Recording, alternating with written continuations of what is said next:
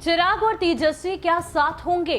क्या चिराग और तेजस्वी साथ मिलकर मुख्यमंत्री नीतीश कुमार के समीकरण को बिगाड़ देंगे? ये सवाल इसलिए क्योंकि दोनों के ही सियासी दुश्मन एक ही हैं।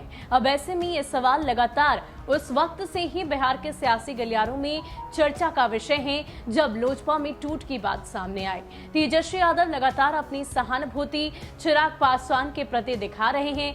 कई दफे उन्होंने मीडिया के सामने इस बात की चर्चा कर दी है कि चिराग पासवान उनके बड़े भाई हैं और उनके लिए उनके राजनीतिक दरवाजे हमेशा खुले रहेंगे। अब ऐसे में जब इस तरीके से चाचा पशुपति पारस को केंद्र के कैबिनेट में जगह मिल गई है, चिराग पासवान की अग्नि परीक्षा की इंतहा हो गई है। अब देखना यह है कि क्या वाकई चिराग और तेजस्वी एक साथ आएंगे और दोनों मिलकर नीतीश का खेल बिगाड़ देंगे। इसको लेकर और क्या कुछ जानकारी हमारे पास है, कैसे हम इस बात को आधार बनाकर कह सकते हैं कि आने वाले वक्त में चिराग और तेजस्वी एक साथ आ सकते हैं, आपको पूरी जानकारी विस्तार से देते हैं। चिराग पासवान को केंद्र में मंत्री पद देने के बजाय लोजपा के बागी और चिराग के चाचा पशुपति पारस को केंद्रीय मंत्रिमंडल में जगह दे दी गई। चिराग पासवान की अग्नि परीक्षा की इंतहा हो गई। पशुपति पारस को मंत्री बनाने से पहले ही नेता प्रतिपक्ष तेजस्वी यादव चिराग के प्रति अपनी सहानुभूति दिखा चुके हैं। सबसे पहले अगर हम वोट बैंक की बात करें तो दोनों अगर साथ आते हैं तो एक बड़ा वोट बैंक बनेगा। तेजस्वी यादव के पास यादव और मुसलमानों का 16% वोट बैंक है। फिलहाल चिराग पासवान के पास 6% वोट बैंक है जो पासवानों का है। दोनों के मिलने पर 38% वोट हो सकता है अगर दोनों ही वोट शिफ्ट करवाने में सफल हो। वैसे बिहार में दलितों का कुल वोट 16% है। चिराग लड़े तो पूरे वोट पर असर हो सकता है। अगर ऐसा हुआ तो तेजस्वी और चिराग दोनों को ताकत मिल सकती है।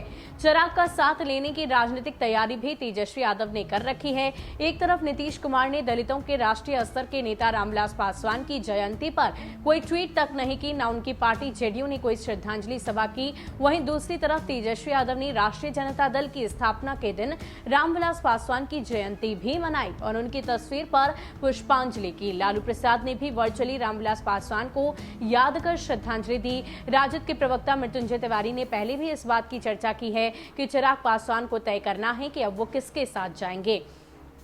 यह स्पष्ट हो चुका है कि अब तक चिराग पासवान दलित विरोधी लोगों की गोदों में बैठे थे।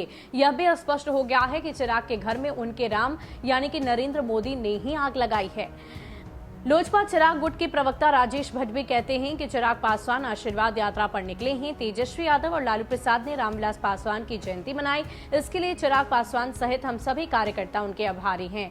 नीतीश कुमार ने रामविलास पासवान की जयंती पर उनको याद नहीं करके एक बार फिर से दिखा दिया कि वो कितने बड़े दलित विरोधी हैं। ऐसा करके नीतीश कुमार ने रामविलास पासवान का ही नहीं बल्कि सभी दलितों का अपमान किया है। इसके अलावा चिराग और तेजस्वी की कुछ खूबियों पर ध्यान दें तो तेजस्वी यादव जाति की 16% बड़ा और एग्रेसिव वोट बैंक उनकी ओर है। 16% मुस्लिम वोटर भी उनकी पकड़ में हैं। एक दिन में सबसे ज्यादा सभाएं विधानसभा चुनाव के दौरान उन्होंने की थी। इसके अलावा चिराग पासवान की बात करें तो 16% वोट बैंक विधानसभा चुनाव में जेडीयू को नुकसान और बीजेपी को फायदा पहुंचाया। केंद्र और राज्य दोनों की राजनीति करने का टैलेंट चिराग पासवान के अंदर कूट कूट कर भरा है। जाहिर सी बात है इन दोनों के भीतर इतनी सारी खूबियां हैं, टैलेंट है, युवा चेहरा है। अगर ये दोनों साथ आते हैं तो बिहार की राजनीति में एक नया समीकरण, एक नया रुख देखने को मिलेगा। और इतना ही नहीं, नीतीश कुमार का खेल भी इन दोनों के साथ आ जाने से बिगड़ सकता है।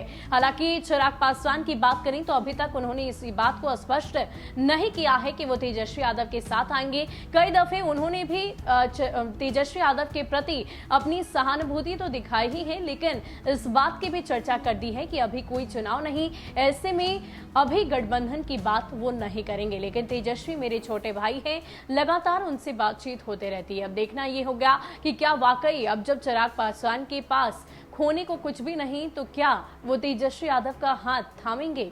फिलहाल के लिए इतना ही। ज्यादा अपडेट के लिए आप बने रहे न्यूज़ फॉर नेशन के साथ। नमस्कार।